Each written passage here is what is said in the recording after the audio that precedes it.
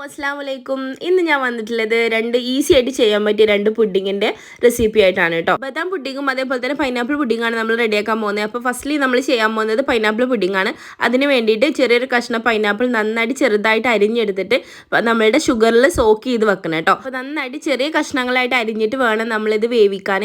Sugar എടുക്കുമ്പോൾ നമ്മുടെ പൈനാപ്പിളിൻ്റെ മധുരത്തിനനുസരിച്ചിട്ട് വേണം എടുക്കാൻ. പൈനാപ്പിൾ നല്ല മധുരം ഉണ്ടെങ്കിൽ ഷുഗർ അതിനനുസരിച്ച് കുറക്കാം. അതല്ല നല്ല മധുരം കുറവാണെങ്കിൽ നന്നായിട്ട് ഷുഗറിൽ സോക്ക് ചെയ്യണം കേട്ടോ, അല്ലെങ്കിൽ ഇത് പുളിപ്പ് വരും. അപ്പോൾ നമുക്ക് ആവശ്യമായിട്ട് ഇത് മധുരം കുറച്ച് കുറവായിരുന്നു, അതുകൊണ്ട് തന്നെ ഞാൻ 2 കപ്പ് പഞ്ചസാര എടുത്തിട്ടാണ് ഇതിൽ വേവിക്കാൻ പോകുന്നത്. നന്നായിട്ട് വേവിച്ചിട്ട് പഞ്ചസാര ഇതിലിങ്ങനെ കറക്റ്റായിട്ട് സോക്കായിട്ട് വരുന്ന രീതിയിലേക്ക് മാറ്റണം കേട്ടോ. പൈനാപ്പിൾ നന്നായിട്ട് വേവണം.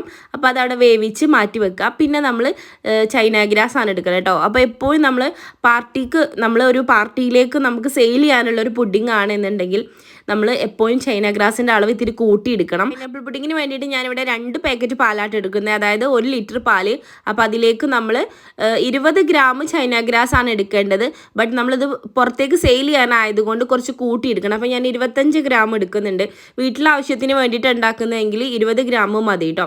അതായത് ഒരു പാക്കറ്റാണ് ഉണ്ടാക്കുന്നതെങ്കിൽ നമ്മൾ 10 ഗ്രാം ചൈന ഗ്രാസ് എടുത്തിട്ട് ചെയ്താൽ മതി. അങ്ങനെയാണ് നമ്മളെ ചൈന ഗ്രാസിൻ്റെയും പാലിൻ്റെയും മെഷർമെൻറ്റ് വരുന്നത് കേട്ടോ. അപ്പോൾ നമ്മൾ ഇതൊരു 15 മിനിറ്റ് സോക്ക് ചെയ്യാൻ വെക്കണം. ചൈന ഗ്രാസ് 25 ഗ്രാമാണ് എടുത്തിട്ടുള്ളത് കേട്ടോ. അപ്പോൾ ആ സമയത്ത് നമുക്ക് പാലിവിടെ 2 പാക്കറ്റ് പാല് ഒരു അടി കട്ടിയുള്ള പാത്രത്തിലേക്ക് ഒഴിക്കണം. നമ്മൾ ഗ്യാസ് സ്റ്റോപ്പിലാണ് ചെയ്യുന്നത് എങ്കിൽ ഗ്യാസ് സ്റ്റോപ്പിൽ വെക്കുന്ന അതേ പാത്രം തന്നെ എടുക്കണം കേട്ടോ. കറണ്ട് അടുപ്പിലാണ് ചെയ്യുന്നതെങ്കിൽ നമ്മൾ അതിനനുസരിച്ചുള്ള പാത്രം ഏതാണോ നിങ്ങൾക്ക് ഓക്കെ എന്ന് വെച്ചാൽ അതിനനുസരിച്ച് പാത്രം ചൂസ് ചെയ്യാൻ ശ്രമിക്കുക. കാരണം അടി കരിഞ്ഞു പോയാൽ പുഡിങ്ങിൻ്റെ എല്ലാ സെറ്റും മാറിപ്പോവും. അപ്പോൾ എപ്പോഴും അത് ശ്രദ്ധിക്കുക കേട്ടോ. അപ്പോൾ 2 പാക്കറ്റ് പാല് നമ്മൾ ഈ പാത്രത്തിലേക്ക് ഒഴിച്ചു. അതേപോലെ മിൽക്ക് മെയ്ഡ് ഇല്ലെങ്കിലും നമുക്കിത് ഉണ്ടാക്കാൻ പറ്റും. മിൽക്ക് മെയ്ഡിന് പകരം ഷുഗർ മാത്രം യൂസ് ചെയ്തിട്ട് ഉണ്ടാക്കാൻ പറ്റും കേട്ടോ. അതൊക്കെ നിങ്ങളുടെ റേറ്റിനനുസരിച്ച്. നമ്മളിപ്പോൾ പുറത്തേക്ക് സെയിൽ ചെയ്യുകയാണെന്നുണ്ടെങ്കിൽ മിൽക്ക് മെയ്ഡ് മാത്രം യൂസ് ചെയ്ത് ഉണ്ടാക്കുകയെന്നുണ്ടെങ്കിലും ഷുഗർ മാത്രം ഉണ്ടാക്കുകയെന്നുണ്ടെങ്കിൽ 2 റേറ്റിൽ മേടിക്കാം. മിൽക്ക് മെയ്ഡ് യൂസ് ചെയ്യുമ്പോൾ റേറ്റ് കുറച്ച് കൂടുതൽ മേടിക്കാൻ പറ്റും കേട്ടോ. അപ്പോൾ അത് എങ്ങനെ 2 രീതിയിൽ ചെയ്താലും നല്ല ടേസ്റ്റാണ്. നമ്മൾ അതിലേക്ക് ഒരു ഫ്ലേവറിന് വേണ്ടി 2 ഡ്രോപ്പ് പൈനാപ്പിൾ എസെൻസും കൂടി ആഡ് ചെയ്തിട്ട് നന്നായിട്ട് മിക്സ് ആക്കുക കേട്ടോ. നമ്മൾ അടുപ്പിൽ വെക്കുന്നതിൻ്റെ മുമ്പ് തന്നെ എല്ലാം മിക്സ് ആക്കിയിട്ട് അതിന് ശേഷം മാത്രമാണ് നമ്മൾ അടുപ്പിൽ വെക്കേണ്ടത്. ആദ്യം തന്നെ നമ്മൾ ഗ്യാസിൽ വെച്ചിട്ട് ചെയ്ത് കഴിഞ്ഞാൽ പെട്ടെന്ന് ഇതിൻ്റെ എല്ലാ മെഷറും മാറിപ്പോവും. അപ്പോൾ എല്ലാം മിക്സ് ആക്കിയതിന് ശേഷമാണ് ഞാൻ എപ്പോഴും സ്റ്റൗ ടോപ്പിൽ വെക്കുക കേട്ടോ. എന്നിട്ട് നന്നായിട്ട് ഇളക്കുക. അതേപോലെ അത് ഇളക്കിയും കൂടി ഇരിക്കുന്ന ആ സെയിം ടൈം തന്നെ നമ്മുടെ ചൈന ഗ്രാസ് തൊട്ടടുത്ത അടുപ്പിൽ വെച്ചിട്ട് ഇതേപോലെ തന്നെ മെൽറ്റ് ആക്കിക്കൊണ്ടിരിക്കണം. നന്നായിട്ട് എല്ലാം ലോ ഫ്ലെയിമിലിട്ടിട്ട് വേണം ചെയ്യാൻ കേട്ടോ. എന്നിട്ട് മെൽറ്റായി ചൈന ഗ്രാസ് അരിപ്പയിൽ വെച്ചിട്ട് അരിച്ചെടുക്കാം. എൻ്റെ അടുത്ത് സ്റ്റീൽ അരിപ്പ ഇല്ലാത്തതുകൊണ്ടാണ് ഞാൻ അങ്ങനെ ഡയറക്റ്റായിട്ട് ഒഴിക്കുന്നത്. അപ്പോൾ നിങ്ങൾക്ക് സ്റ്റീലിൻ്റെ അരിപ്പുണ്ടെങ്കിൽ അരിച്ചിട്ട് ഒഴിക്കുകയാണ് ഒന്നും കൂടി ബെറ്റർ കേട്ടോ. കാരണം ഫസ്റ്റ് ടൈം ചെയ്യുന്നവരാണെങ്കിൽ 2 കൂടിയും കറക്റ്റ് ആവാതെ വരും. എന്നിട്ട് നന്നായിട്ട് ഇളക്കി ജസ്റ്റ് ഒന്ന് തണുത്തതിന് ശേഷം നമ്മൾ പുഡിംഗ് ട്രേയിലേക്ക് മാറ്റാണ് കേട്ടോ. അപ്പോൾ ട്രേയിലേക്ക് നമ്മൾ നേരത്തെ റെഡിയാക്കി വെച്ച പൈനാപ്പിളിൻ്റെ കഷ്ണങ്ങൾ ഇങ്ങനെ ഡെക്കറേഷന് വേണ്ടിയിട്ട് താഴെ ആദ്യം കൊടുക്കുന്നുണ്ട്.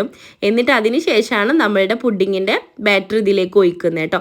നന്നായിട്ട് കണ്ടോ, കട്ടിയൊന്നുമില്ലാതെ നല്ല കറക്റ്റായിട്ട് തന്നെ ഇതിൻ്റെ മെഷർ വന്നിട്ടുണ്ട്.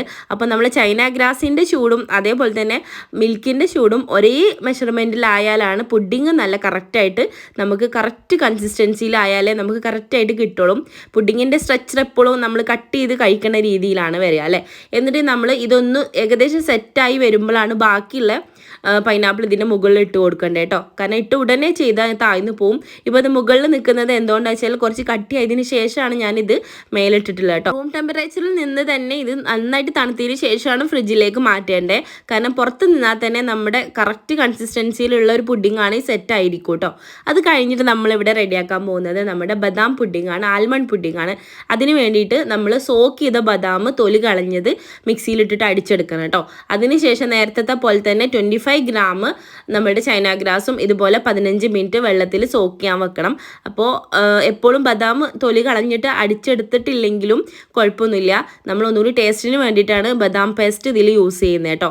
അപ്പോൾ അങ്ങനെ ഇല്ലെങ്കിലും എസെൻസ് മാത്രം യൂസ് ചെയ്ത് ചെയ്യുന്നവർക്ക് അങ്ങനെ ചെയ്യാം. പക്ഷെ നമുക്ക് ഒന്നുകൂടി ടേസ്റ്റ് കിട്ടണമെന്നുണ്ടെങ്കിൽ അങ്ങനെ ചെയ്താൽ ഒന്നുകൂടി ടേസ്റ്റി ആയിരിക്കും. അപ്പോൾ അതിന് വേണ്ടിയിട്ട് നമ്മൾ വീണ്ടും നേരത്തെ അതേ മെഷർമെൻറ്റിൽ തന്നെയാണ് പാലെടുക്കുന്നത്.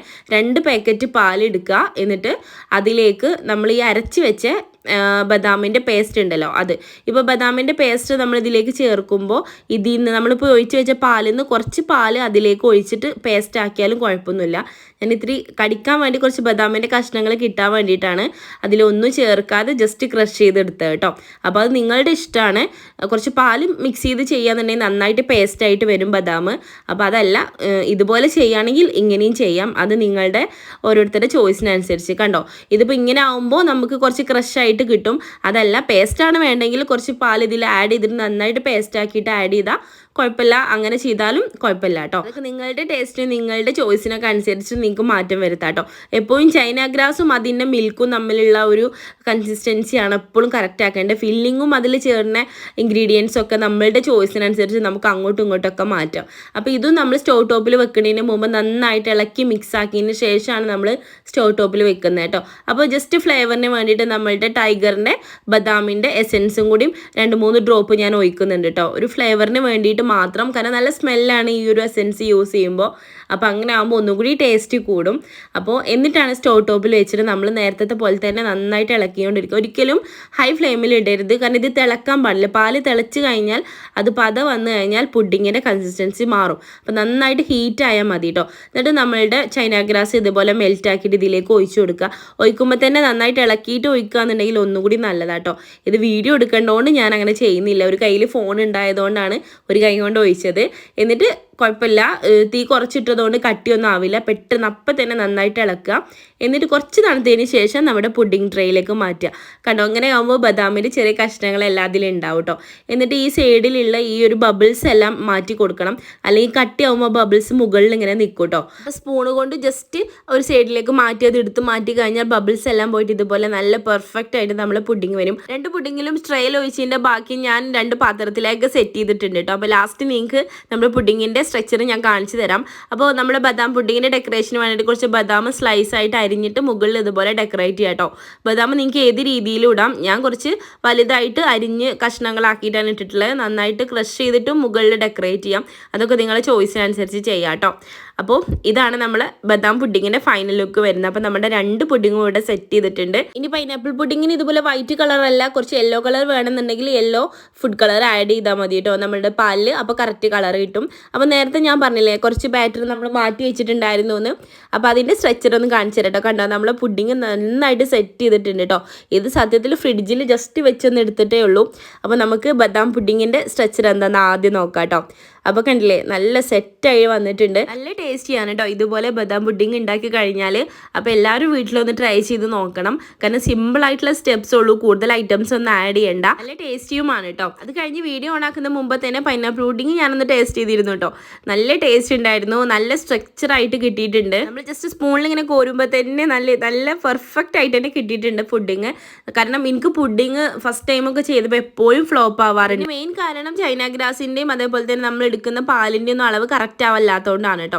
അപ്പോൾ അത് കഴിഞ്ഞിട്ട് നമ്മളിത് ഡെലിവറി ചെയ്യാൻ പോകുമ്പോൾ നമ്മൾ ക്ലിംഗ് റാപ്പ് വെച്ചിട്ട് നന്നായിട്ട് കവർ ചെയ്തിട്ട് വേണം കൊണ്ടുപോകാൻ. നമ്മൾ സെറ്റായിട്ട് ഫ്രിഡ്ജിൽ വെക്കുന്ന സമയത്ത് ക്ലിംഗ് റാപ്പ് വെച്ചിട്ടാട്ടോ വെച്ചിരുന്നത്. പിന്നെ ഞാനത് ഊരി മാറ്റിയിട്ടാണ് ഇപ്പോൾ പുതിയത് ഇതിൽ വെക്കുന്നത്. കാരണം ഫ്രിഡ്ജിൽ വെക്കുമ്പോൾ ക്ലിംഗ് റാപ്പ് ഉണ്ടെങ്കിൽ എന്തോ ഉപകാരം എന്ന് വെച്ചാൽ നമ്മൾ ഫ്രിഡ്ജിൽ വെറ്റായി നിൽക്കുന്ന വെള്ളമൊക്കെ ഉണ്ടെങ്കിൽ മുകളിൽ ചാടാതെ എപ്പോഴും നമ്മുടെ പുഡിങ്ങിനെ സേഫായിട്ട് വെക്കും. ഇത് നമ്മൾ പോകാൻ നേരത്ത് ക്ലിംഗ് റാപ്പ് വെച്ചിട്ട് നന്നായിട്ട് കവർ ചെയ്യാണ് കേട്ടോ. 2 രാത്രി ആയിരുന്നു ഫംഗ്ഷൻ. അപ്പോൾ നമ്മളിത് വീട്ടിലേക്ക് എത്തിച്ചു കൊടുക്കണമായിരുന്നു. അപ്പോൾ അതിന് വേണ്ടി പോകാൻ വേണ്ടിയിട്ടാണ് 2 പെട്ടെന്ന് തന്നെ സെറ്റ് ചെയ്തുകൊണ്ടിരിക്കുന്നത് കേട്ടോ.